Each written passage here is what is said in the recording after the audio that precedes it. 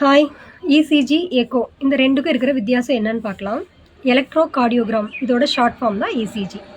இது எதுக்கு அப்படின்னு பார்த்தீங்கன்னா, இதயத்தோட செயல்பாட்டை பார்க்குற ஒரு டெஸ்ட்.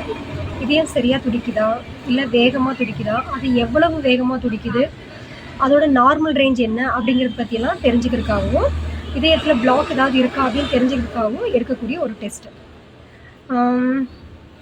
இந்த டெஸ்ட் எப்போ எடுக்கணும்னு பார்த்தீங்க அப்படின்னா, நெஞ்சு வலி, மூச்சு திணறல், படபடப்பு, தலை சுத்தல், மயக்கம் இதெல்லாம் இந்த சிம்டம்ஸ் எல்லாம் இருந்துச்சு அப்படின்னா லேட் பண்ணாமல் உடனே இசிஜி எடுத்து பார்த்துக்கிறது ரொம்ப நல்லது.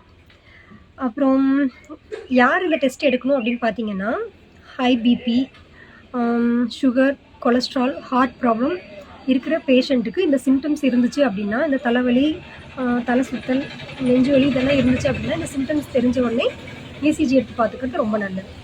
சப்போஸ் நான் இனிமேல் நல்லா இருக்க போகிறேன், எக்ஸசைஸ் பண்ணி இனிமேல் ஃபிட்டாக இருக்க போகிறேன் அப்படின்னு நினைக்கிறவங்களுக்கு, இந்த ஃபேமிலியில் யாருக்காவது பிபி, சுகர், கொலஸ்ட்ரால்,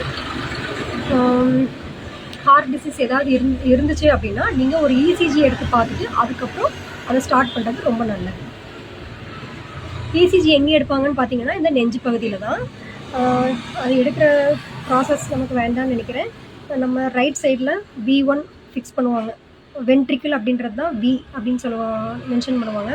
V1 இந்த பக்கம் V2 அப்படியே ஒரு 6 வால்வ்ஸு நம்ம ஃபிக்ஸ் பண்ணுவாங்க. அப்புறம் leg, right leg, left leg, right hand, left hand இதில் எல்லாம் ஃபிக்ஸ் பண்ணுவாங்க. இந்த கிளாம்ப்பு. இந்த டெஸ்ட் பண்ணும்போது மெட்டல்ஸ் எல்லாம் போடலாமா அப்படின்னு பார்த்தா, அந்த மெட்டல்ஸ் எல்லாம் போடுறதுனால எந்த ஒரு பெரிய பாதிப்பும் இல்லை. ஆனால் நெஞ்சு பகுதி கொஞ்சம் ஓப்பனாக இருக்கணும். அதனால் அங்கே எந்த டிஸ்டர்பன்ஸும் பண்ணாத மாதிரி எந்த ஒரு செயினோ அந்த மாதிரி எதுவும் போடாமல் இருக்கிறது பெட்டர். இந்த டைம் டியூரேஷன் எவ்வளோ பிடிக்கும்னு பார்த்தீங்கன்னா, ஒரு 5 to 10 மினிட்ஸ் தான் ஆகும். இதோட காஸ்ட் பார்த்தீங்கன்னா ஒரு 300 ரூபாயிலிருந்து 400 ரூபாய்க்குள்ளே தான் வரும். அடுத்தது பார்த்தீங்கன்னா எக்கோ அப்படின்றது எக்கோ கார்டியோகிராம், அதோட ஷார்ட் ஃபார்ம் தான் எக்கோ அப்படின்னு சொல்கிறோம். இது எதுக்கு அப்படின்னா, நம்ம ஹார்ட்டோட சைஸு, ஹார்ட் வால்வோட திக்னஸ்ஸு, ஹார்ட் பம்பிங் எஃபிஷியன்சி அதை பற்றியெல்லாம் தெரிஞ்சுக்கிறதுக்காகவும், ஹார்ட்டில் பிளாக் இருக்கான்னு தெரிஞ்சுக்கிறதுக்காகவும் இந்த டெஸ்ட் எடுப்பாங்க. சிம்டம்ஸ் என்னென்னு பார்த்தீங்கன்னா, நெஞ்சு வலி, மூச்சு திணறல், இதயம் சீராக துடிக்காமல் ஒரு ஓவர் ஸ்பீடாக துடிக்கிறது, இல்லை ரொம்ப லோவாக அந்த மாதிரி இருந்துச்சுனாலும் டெஸ்ட் பண்ணி பார்க்கும்போது ஹை பிபி காட்டும்.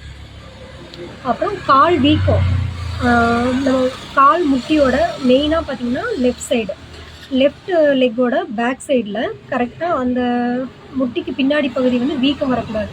அதுவும் கெண்டைக்கால் பகுதியும் வீக்கம் வந்துச்சுன்னா கண்டிப்பாக எக்கோ எடுத்து பார்த்துக்கிறது ரொம்ப நல்லது.